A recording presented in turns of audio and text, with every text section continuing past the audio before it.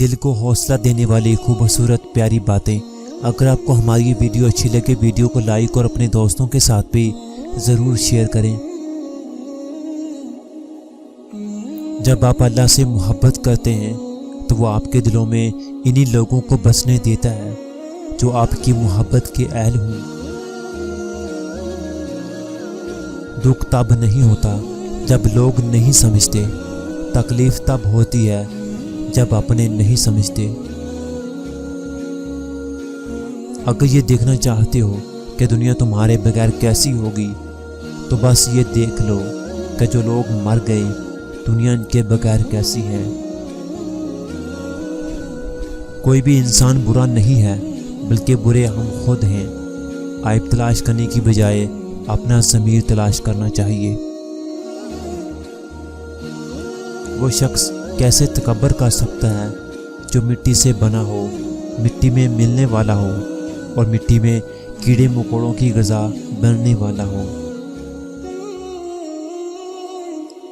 جن لوگوں کو ہم اپنا قیمتی سرمایہ سمجھتے ہیں، جب وہ لوگ کھوٹے سکے سے بدتر نکلتے ہیں تو ہماری بے بسی کی تنہا عروج پر چلی جاتی ہے۔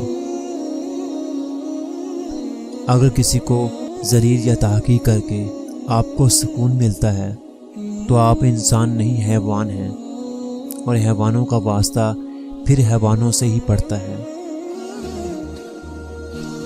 گفتگو میں بے احتیاطی رشتوں کو کچل دیتی ہے۔ آپ کے الفاظ آپ کا عکس ہوتے ہیں، بعد میں وضاحتیں دینے سے کچھ بھی حاصل نہیں ہوتا۔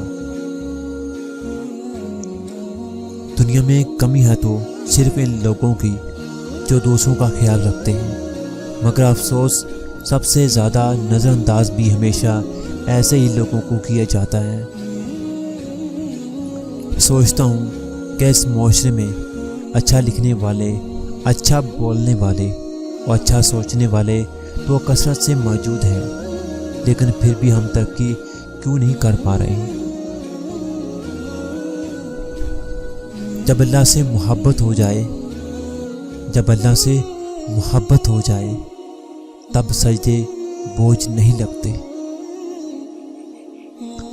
کسی شخص کی مدد کرنے کا سب سے آسان طریقہ یہ ہے کہ آپ اسے لفظوں کا تحفہ دیں، ایسے الفاظ کا تحفہ جس سے اس کا حوصلہ بڑھے۔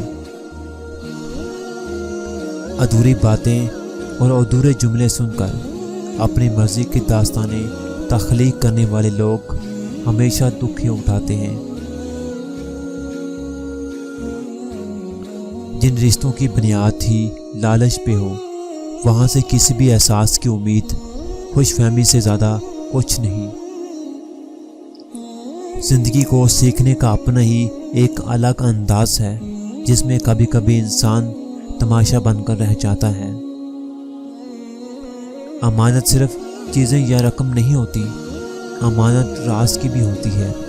اگر کوئی اپنے جذبات، احساسات بیان کرے تو اس میں بھی خیانت نہ کرو۔